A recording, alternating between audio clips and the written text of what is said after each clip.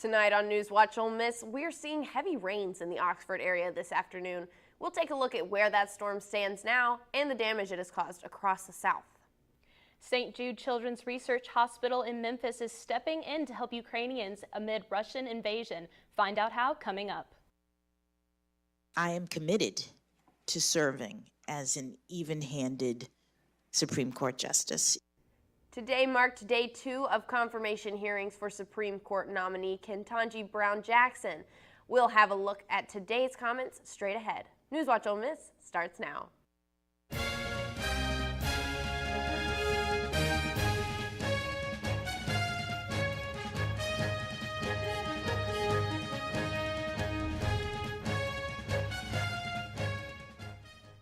Good evening and welcome to NewsWatch Ole Miss. I'm Celeste Lay. And I'm Hannah Deere. The Oxford area is under a tornado watch until 7 p.m. as part of a large storm system that has covered the South today. The storm produced multiple tornadoes in central and east Mississippi today. Even parts of the state not facing tornadoes have seen severe thunderstorms, flooding, and damaging winds. The worst of the storm seems to have moved south of the Oxford area, leaving us with wind and lots of rain, which may continue late into the evening. The tornadoes may have missed the Oxford area, but officials want to make sure you know where you can seek shelter in the future. There are 4 storm shelter locations in the city of Oxford: the Oxford Utilities parking lot, the Oxford Activities Center parking lot, the recycling center next to the Oxford Police Department, and the Oxford Fire Department station off of Jackson Avenue. Other parts of the country weren't so lucky at avoiding storm damage. Texas specifically saw significant flooding and tornado damage when the same system rolled through yesterday. It's difficult to tell just how much damage the storms have caused, but deaths and injuries seem low so far. We do know that the storms have caused damage across our state as well, but it is too early to tell the extent of it. We will keep you up to date throughout the week as we learn more. In the meantime, make sure you have a way to receive severe weather alerts as this storm is still in our area. Turning now to our coronavirus coverage, COVID cases remain low across the Magnolia State. There are just 3 active cases here on campus. 2 of those are students and 1 is a faculty member. Statewide, there are just 106 new cases. Cases may remain low here in Mississippi and most of us in the U.S., but as they rise in Europe, officials expect a new wave here at home. CNN's Mandy Gaither has a look at what we can expect. In the UK, new COVID-19 cases are climbing once again, driven largely by the Omicron BA.2 subvariant. And top health officials say what happens there tends to play out here in the U.S. about 2 to 3 weeks later. We better pay close attention to what's going on there. Dr. Anthony Fauci says the U.S. will likely see an uptick in cases, but not a surge, as BA.2 is more contagious than the original Omicron variant. But right now, Fauci says it doesn't seem to be the cause of the UK's rise in hospitalizations. It's a very interesting situation where the cases are going up, but it does not at this point in time appear to be any degree of severity. Fauci says BA.2 may become the dominant variant in the U.S. today. The CDC said it was the cause of nearly 35% of new COVID-19 infections in the past week, up from about 22% the week before. Fauci cautions the U.S. needs to be prepared for the possibility of another variant in the future. That means building up supplies of antivirals and tests and vaccinations. We can't just say we're done. Now we're going to move on. We've got to be able to be flexible. Meanwhile, FDA vaccine advisors are scheduled to meet on April 6th to discuss the possible need for COVID-19 booster shots in the future and whether the vaccine could become an annual shot similar to flu shots. For Health Minute, I'm Mandy Gaither. Cases may still be lower today than they were during the original Omicron spike, but across the country, officials are seeing at least some increase in new cases. Pfizer and UNICEF are partnering up to fight COVID. Starting next month, Pfizer will supply 4 million doses of its COVID-19 antiviral pill Paxlovid to UNICEF. The medicine will be distributed to people in 95 low and middle income countries. This covers 53% of the world's population. Countries with higher incomes will pay according to a tiered pricing arrangement, while lower income countries will pay a not-for-profit price. This comes days after the announcement that 35 companies will begin producing inexpensive, generic versions of Paxlovid to increase access to treatment.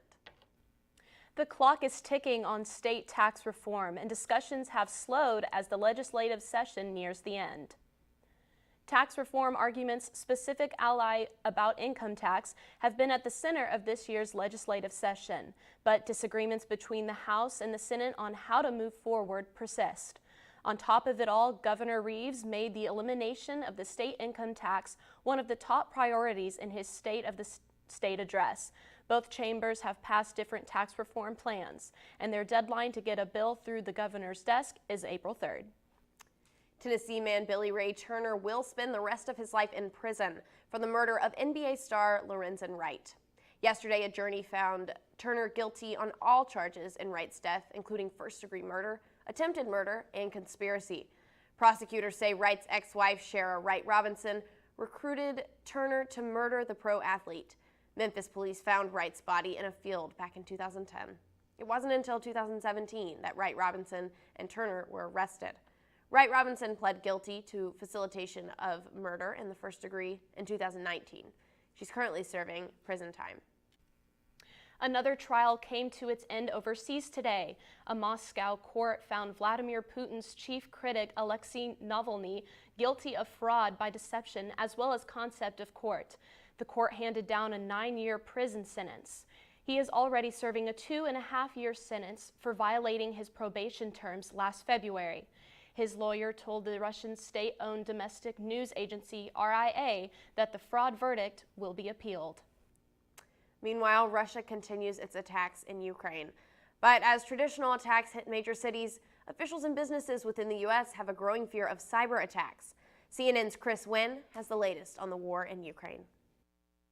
Ukraine on the offense after regaining control of Makariv, threatening Russian resupply as well as efforts to circle the city. But as the Ukrainian counterattack appears to make some headway, U.S. officials now believe Russian President Vladimir Putin's next escalation could be a direct cyber attack on the United States. We are constantly monitoring our own critical infrastructure here at the Pentagon and throughout the U.S. government to make sure that we can remain resilient against a cyber attack. An urgent warning to American businesses to strengthen their cyber defenses immediately. The president has been very clear. If we're attacked in cyberspace, there will be consequences for that. The Biden administration says the private sector can guard against cyber attacks by using multi-factor authentication and changing passwords across networks. The alert comes as Russia can lives unsure of where to go. I'm 84, and this was the first time in my life when I felt horror. I couldn't believe it happened. It was just a shock. In Washington, I'm Chris Wynn reporting. New reports from the UN show that over 3.5 million refugees have fled Ukraine to neighboring countries. Just over an hour up the road, St. Jude Children's Research Hospital is helping to treat Ukrainian refugees. 4 Ukrainian children with cancer, along with their families, were flown to Memphis International Airport from Poland to receive treatment. Their therapy was put on hold when Russia invaded their native country, but now they will be back up. A spokesman for the State Department said that they are going to work to make sure more Ukrainian cancer patients can get the care they need. First Lady Jill Biden will fly to Memphis later this week to personally meet with the children. The first full day of questioning in the Senate confirmation hearing ramped up quickly. We'll take a look at today's hearing coming up, but first, here's a look at your current conditions.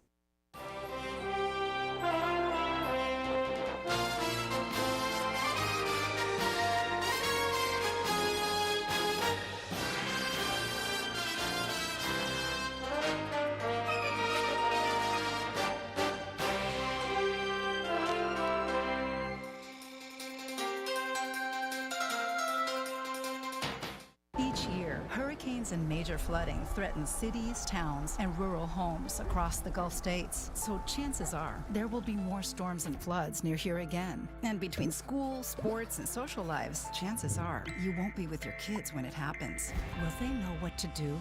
Ready.gov/kids has all the educational tools and information to make the conversation easy. When the time comes, chances are they'll feel prepared, not scared. So talk with your family today.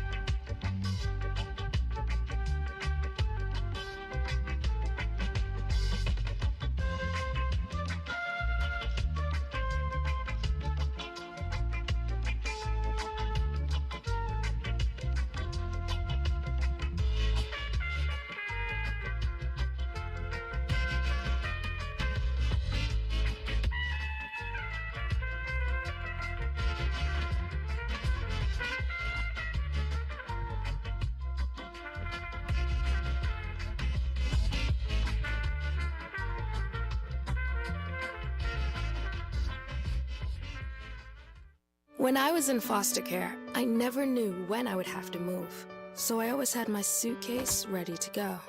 Then one day, I was adopted. My new parents opened their hearts and home to me. My parents cook my favorite breakfast for me every morning. My parents take me on trips I never thought I would go on. They gave me a home and an even better reason to use that suitcase. My parents aren't perfect, but they're perfect for me. Yeah, Sam, Elmo. Oh, hey, Julia. Are you ready to play band with us? I'm going to play my clarinet. And Elmo's gonna play his drum. Drum loud. Oh, well, you know what to do, Julia. Julia knows. With Julia's autism, loud sounds can be too much. But she still loves to make music. Play band. Early screening for autism can make a lifetime of difference. Find out more at screenforautism.org.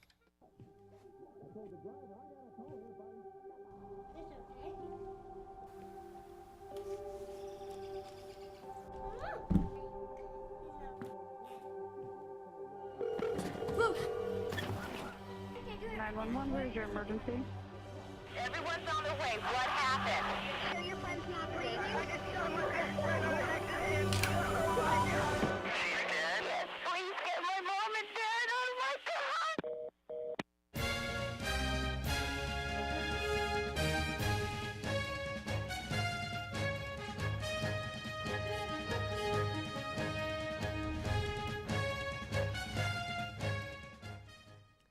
On Capitol Hill today, the Senate Judiciary Committee continued its confirmation hearings for Supreme Court nominee Ketanji Brown Jackson. CNN's Gloria Pazmino has a look at today's questioning. Judicial philosophy and a focus on her record as a public defender. It was all part of an intense day of questioning for President Joe Biden's Supreme Court nominee, Ketanji Brown Jackson. When I get a case, I ensure that I am proceeding from a position of neutrality. Jackson responded to criticism from Senate Republicans that she had so far been vague about her judicial philosophy. It's very important that judges rule without fear or favor. Republicans focused on some of her work as a federal public defender. Now let's talk about being a public defender.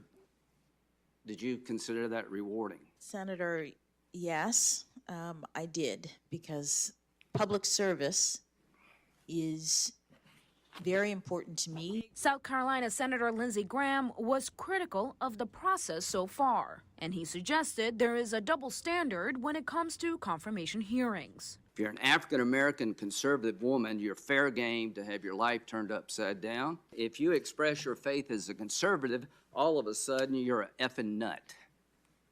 And we're tired of it. Judge Brown is expected back on the Hill Wednesday for a second day of questioning. I'm Gloria Pazmino reporting.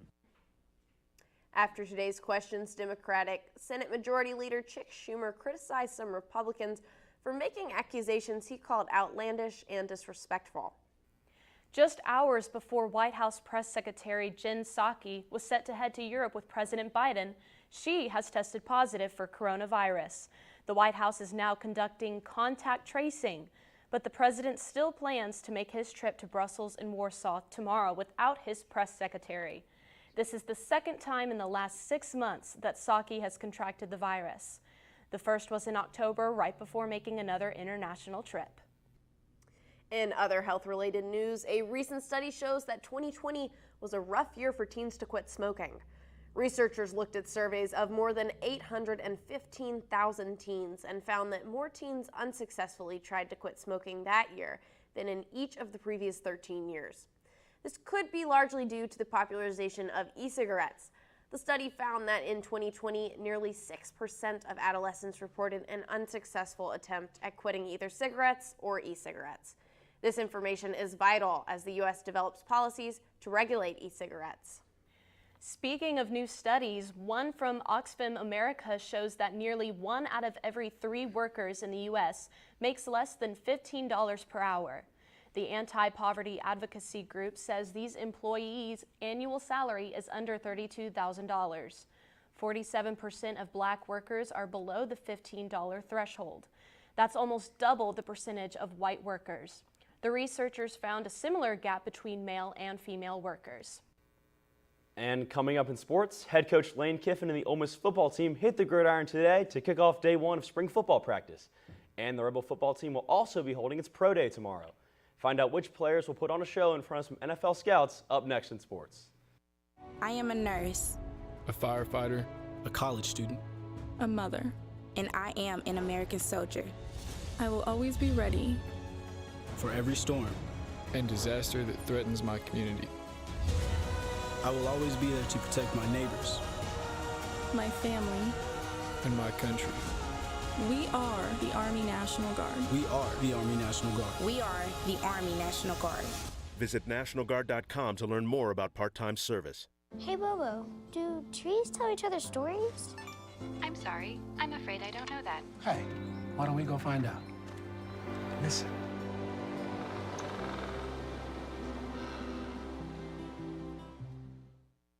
I just found out my work party is a +1. You want to go? This is my boss, Ella. Nice to meet you, Greg. You're welcome. Nope, I'm high. But I'll clean the kitchen while you're gone. You're already making good decisions when you're high. Pool party at Jesse's. Can you drive? I'm toasted.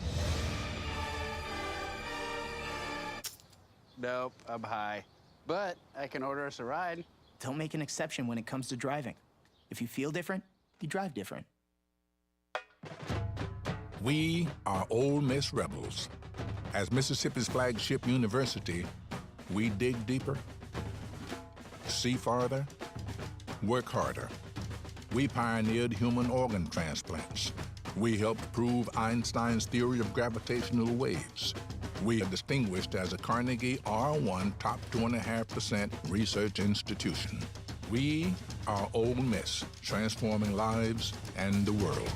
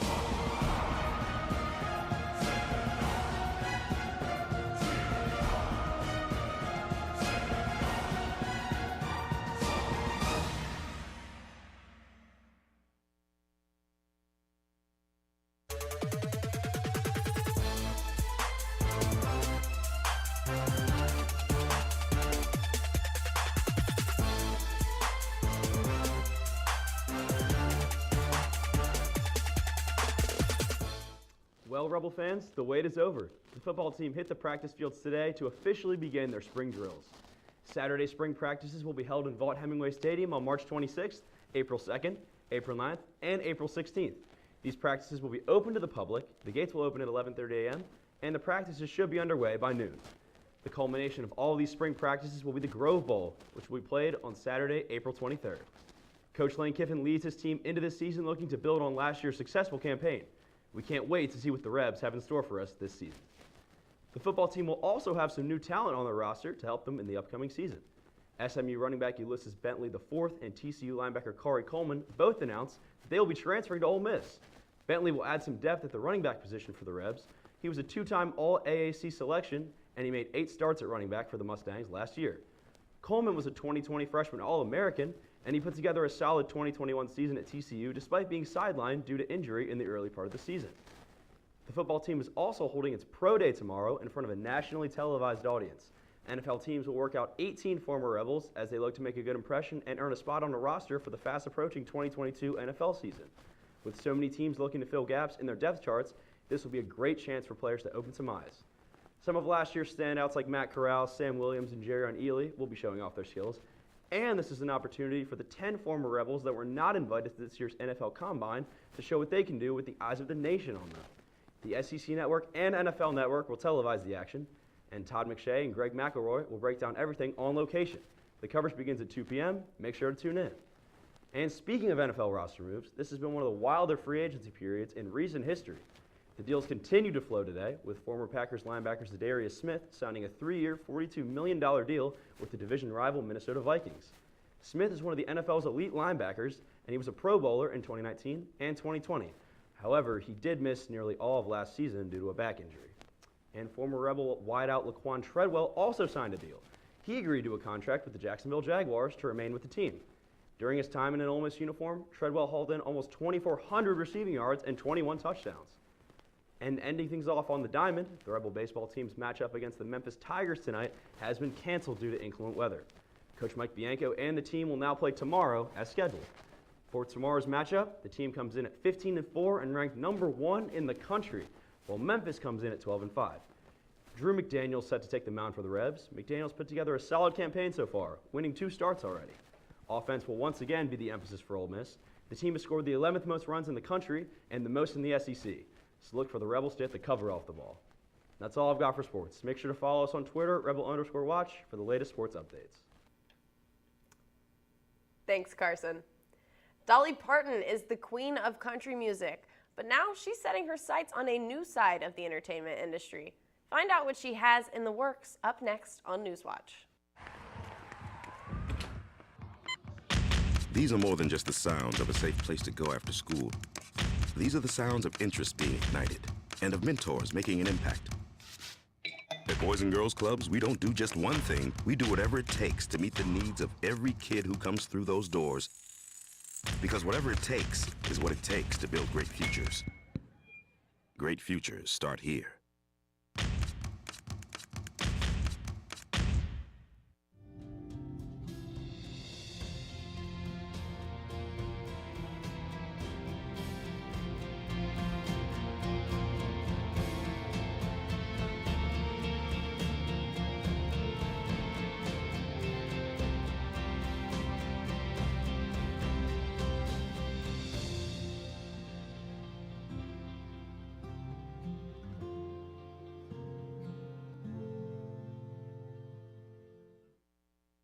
Creating a legacy takes time, takes dedication, spirit, and a greater vision.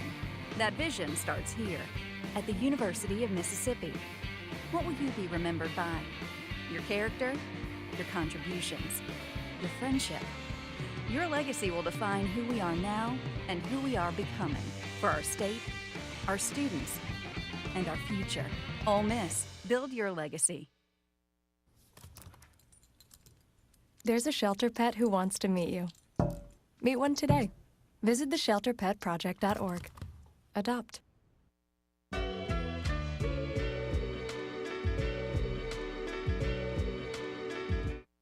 Take a look under your bed. Find stuff under there? What about jobs? No? Now try your closet. Still no jobs? Just more stuff? Well, you really have both. See, stuff is defined as household articles considered as a group. Sometimes this stuff is no longer needed. Wait, no longer needed? That can't be right. Because remember those jobs you were looking for? Those are really needed. And they're the stuff inside your stuff. Our job is to unlock those jobs. And it starts when you donate your stuff to your local Goodwill. Here's how we do it. When you donate to Goodwill, we sell your stuff to provide job training for people right here in your community. So just by teaming up with Goodwill, you help create jobs. And isn't that worth parting with the leftover keytar from your 80s cover band? Goodwill. Donate stuff, create jobs.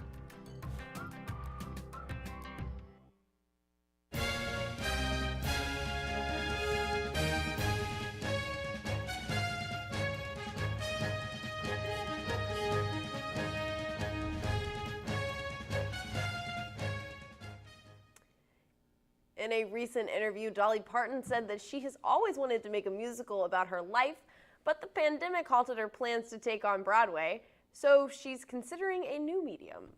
Dolly is now turning forward a feature film instead, and she already has an idea of who she would like to play her. In the same interview, she said that she wants to see Kristen Chenoweth in the role, an actress who she called absolutely fantastic. Well, I would watch that. Who would you guys want to play you if you had a movie about yourself? Well, I've had a lot of people say I look like the Karate Kid, so probably Ralph Macchio in I his can younger see that, days. Yeah. most definitely. Okay. Okay. Definitely Annie Murphy. She's an actress in the show Schitt's Creek she plays Alexis, and my father says that I act like her a lot. So definitely her. Okay, good stuff. Yeah, I'm gonna go with John C. Reilly. That's all for tonight. For NewsWatch Ole Miss, I'm Hannah Deere. And I'm Celeste Slay. Make sure to follow us on social media for the latest news on Ole Miss and beyond. Thank you, and good night.